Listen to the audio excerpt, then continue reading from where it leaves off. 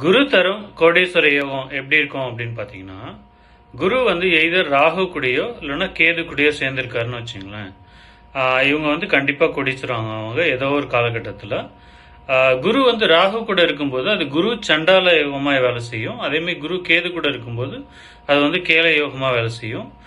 அந்த ராகு கூட இருக்கிற குரு வந்து வேகமாக பணத்தை கொடுக்கறதுக்கான வாய்ப்பு இருக்குது. அதாவது எதர் பங்குச்சந்தை மூலயமா ஏதோ ஒரு பிஸ்னஸில் லாபம் வர்றது, ரியல் எஸ்டேட்டில் பணம் சம்பாதிக்கிறது, பணத்தை வச்சு பணம் சம்பாதிக்கிறது, அதாவது வட்டி கூடுறாங்க இல்லைங்களா, அது மாதிரி ராங்கான ரூட்டில் பணம் வர்றது, இந்த மற்ற பிஸ்னஸ்லாம் இருக்கு இல்லைங்களா, வெளியில் சொல்ல முடியாத பிஸ்னஸ்லாம் இருக்கு இல்லைங்களா, அது மூலயமா பணம் வருது. இந்த மாதிரி குரு ராகு இப்படி வந்து வேலை செய்யும். குரு கேது வந்து பார்த்தீங்கன்னா அது பணம் வர வழி வந்து வேற மாதிரி இருக்கும். அது இன்னும் கொஞ்சம் நிதானமாக பணம் வரும்.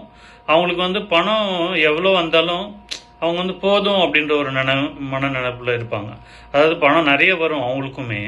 அதுவும் கோடீஸ்வர யோகம் தான். அதுவும் நிறைய பணம் வர்றதுக்கான வாய்ப்பு இருக்குது. அதுவும் இந்த மாதிரி ஸ்டாக் மார்க்கெட்லேருந்து வர்றது, ஜாதகம் பார்க்குற மூலியமாக வருது, பூஜை புனஸ்காரங்கள் மூலியமா வருது, அப்புறம் வந்து கோயில் கட்டுறது மூலியமாக வருது, கோயில் கட்டி கொடுக்கறது, இந்த மாதிரியான விஷயங்கள்லாம் பண்ணுறாங்க இல்லைங்களா, இவங்களுக்குலாம் இந்த மாதிரி ஒரு காம்பினேஷன் இருக்கும். அவங்களுக்குமே கோடீஸ்வர யோகத்தில் தான் அதுவுமே இருக்கும். ஆனால் வர வழி வந்து வித்தியாசப்படும். அதுதான் விஷயம்.